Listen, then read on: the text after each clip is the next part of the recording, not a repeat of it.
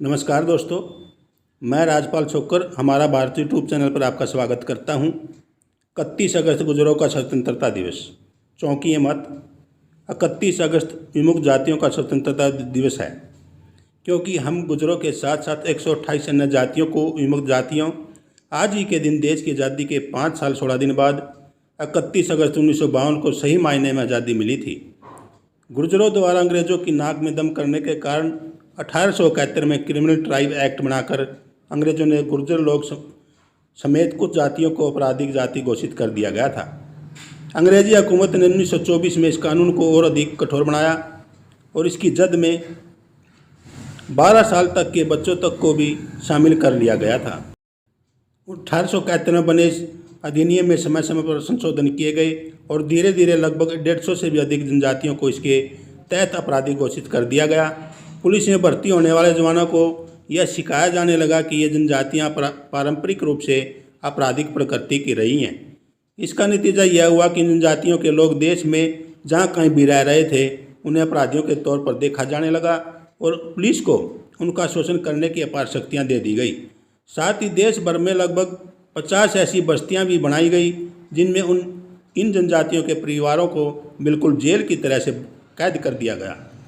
इन बस्तियों को चार दीवारी के बाहर पुलिस का पहरा रहने लगा और बस्ती के हर सदस्य को बाहर जाने और वापस लौटने पर पुलिस को सूचित करना पड़ता था। वस्तुतः इस अधिनियम के जरिए पुलिस को इन जनजातियों को गिरफ्तार करने, इनका शोषण करने और इनकी हत्या करने की असीमित शक्तियाँ दे दी गई थी।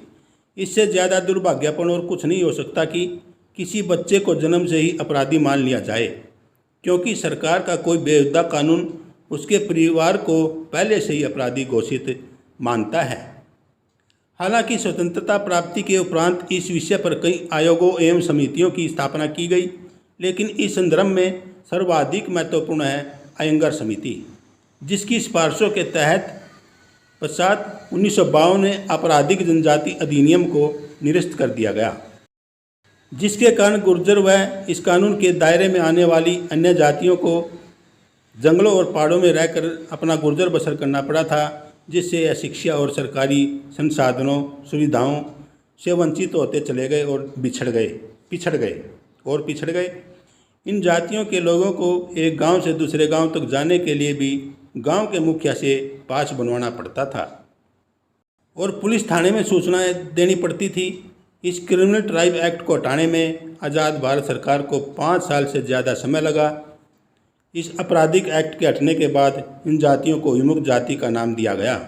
विमुक्त जातियों में प्रमुख जाति गुर्जर एक देशभक्त बहादुर कौम रही है, जिसने लड़कर मरना पसंद किया लेकिन चापलूस बनकर गुलामी सहना नहीं सीखा। इसी देशभक्ति और बहादुरी का दंश हमें आज तक भुगतना पड़ रहा है। 1952 के बाद इन जनजातियों को अपराधी मानने वाला कानून तो बदल गया, लेकिन समाज और व्यवस्था का नज़रिया आज भी इनके प्रति वैसा ही बना हुआ है। स्वतंत्रता प्राप्ति के बाद ऐसी जनजातियों को आज भी आपराधिक छाप की सबसे ज़्यादा कीमत चुकानी पड़ रही है। प्रिय मित्रों, कृपया वीडियो को ज़्यादा से ज़्यादा शेयर करें। आपका धन्यवाद। जय हिंद, वंदे मातरम। शुक्रिया।